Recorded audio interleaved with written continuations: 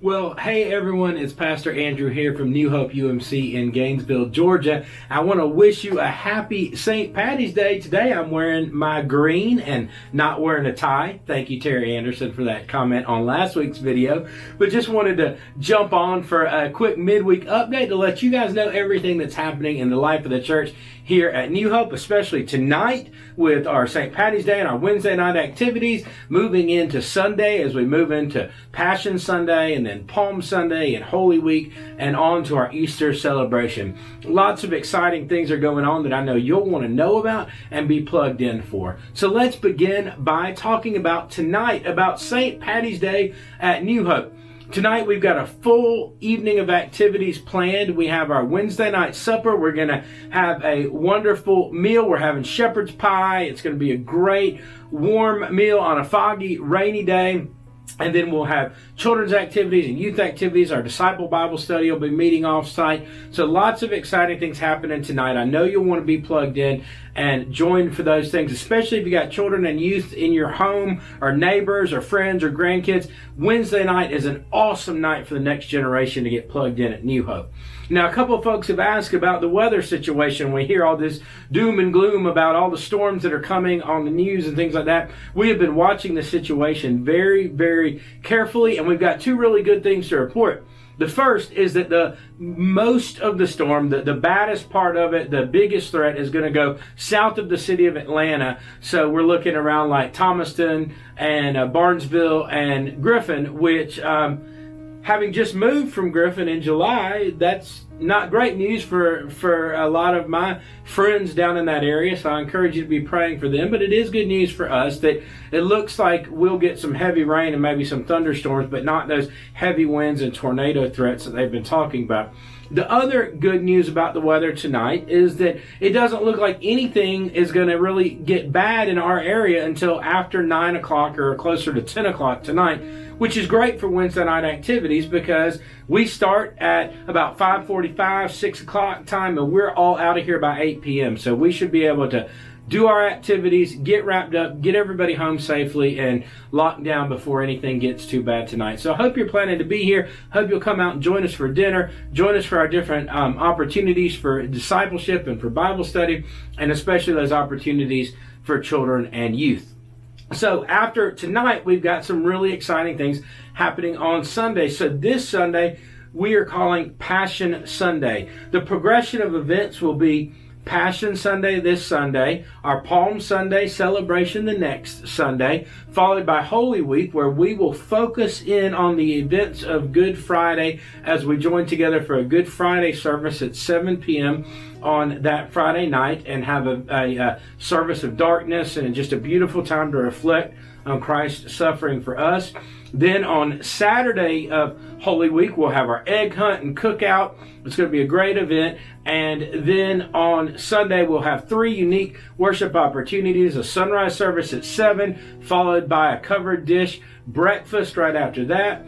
Then our 9 a.m. worship service and our 11 a.m. worship service, which both will have some unique aspects to them as well. So we hope that you'll plan to be here with us on Easter Sunday. Come for sunrise service, come casual, stay for breakfast, run home, get ready, get dressed up, and ready for Easter Sunday morning. Don't forget on Easter Sunday morning as well, we'll have our beautiful cross where you can bring the beautiful things that are blooming and the new life that's coming in your yard and add it to that beautiful image of the cross, to take it from barrenness of what we'll see on Friday night to the beautiful image that the cross represents for us on Sunday. We talked about that last Sunday. If you didn't have a chance to be with us in person, I'd encourage you to go back and watch that sermon. You can watch it through our website, YouTube, or on Boxcast, or even right here on Facebook. So it's a great message about what the cross represents for us.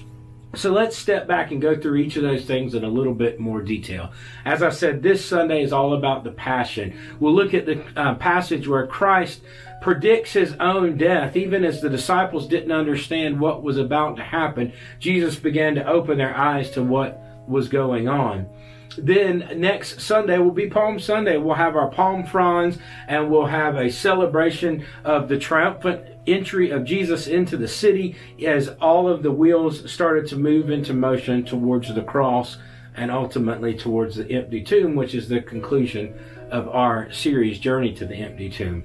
Then, as I said, on Good Friday, we'll come together. It'll be a very different type of service, a very quiet, dark, simple service where we truly reflect on Christ's suffering for us. We'll leave that service in silence and darkness, just like the hearts of the disciples and the followers of Jesus felt as he died on the cross.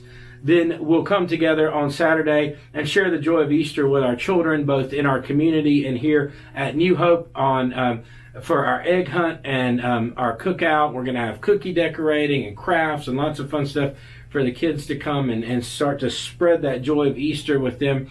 We do need you to continue to bring in those pre-filled Easter eggs, no chocolate, but pre-filled with candy.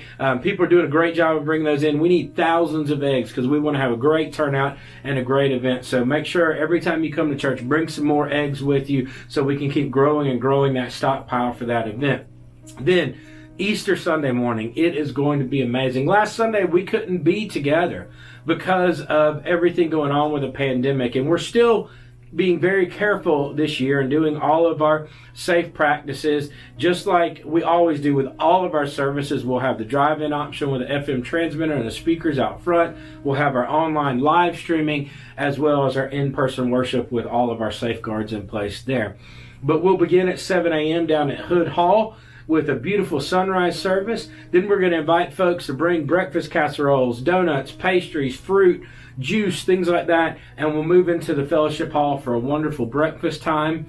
Then we'll come together at 9 a.m. for the first of our 2 sanctuary worship services for Easter Sunday morning, and then at 11 we'll have a special treat of our children presenting some music for us in that service. We'll have some special music at both of those sanctuary services, but the kids will be added in 11, so it'll be a great time too. So I hope you're planning to fully engage as we go into this back half of Lent, as we move into these really special Sundays that focus specifically on Christ and what he did for us. I hope that you'll be here and be with us because it's going to be amazing.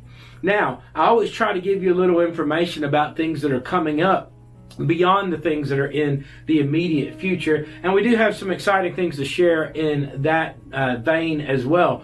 First of all, the Sunday after Easter, we're going to have one service at 11 a.m. It's going to be a time for the entire church to come together, and I'm going to be doing a message about what's next.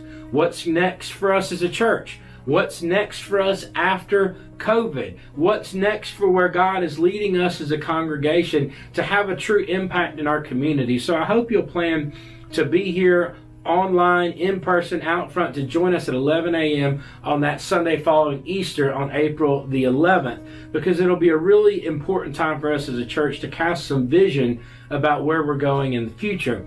Then I'm really excited. This is the first place we publicly shared this information, but on April 18th, on Sunday, April 18th, we will be going back to a format of contemporary and traditional music.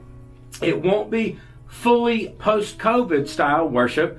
We will still have our safeguards in place and our distancing and wearing our masks and things, but the style of the 2 services will be much more in the contemporary at 9 a.m. and the traditional at 11. That means fully contemporary style music, a fully contemporary style look in the sanctuary at 9 a.m., no robes, more of a casual atmosphere, and then at 11 a.m. we'll have more of that traditional liturgy, all traditional music.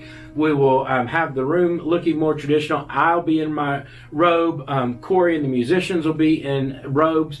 We're also working towards putting together a socially distanced and safe choir. This is not the full choir that we are looking forward to getting back to when we're fully beyond COVID, but this is several of our choir members being spaced out safely in the choir loft and being able to present a socially distanced and safe choir for us.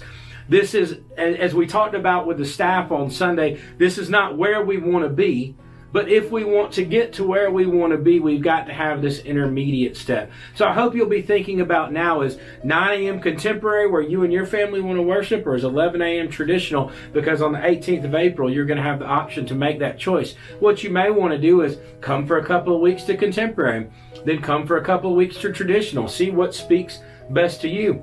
one of my observations in pastoring over these years has been that there's a lot of folks who kind of bounce back and forth. Some weeks they'll do contemporary, some weeks they'll do traditional, and then of course there's some folks that lock in on a service that speaks to their soul, and that's where they are. But I'm so excited that we are to this point where we feel comfortable to do away with the blended worship and to go back to contemporary and traditional worship. So I hope that you'll plan to give those two different services a try starting on April 18th. See what speaks to your soul and what you're most excited to invite your friends to worship with you in, and get plugged in and start joining us as we go back to that style of worship.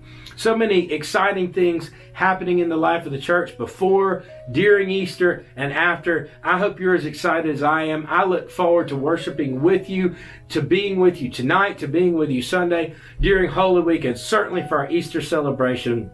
And then I really look forward to what God's going to do right here at New Hope after Easter, as we move into the future, as we move into a bold vision for where He is leading us as a church in this unique time, in this unique community, to share the gospel of Jesus Christ and to transform the world.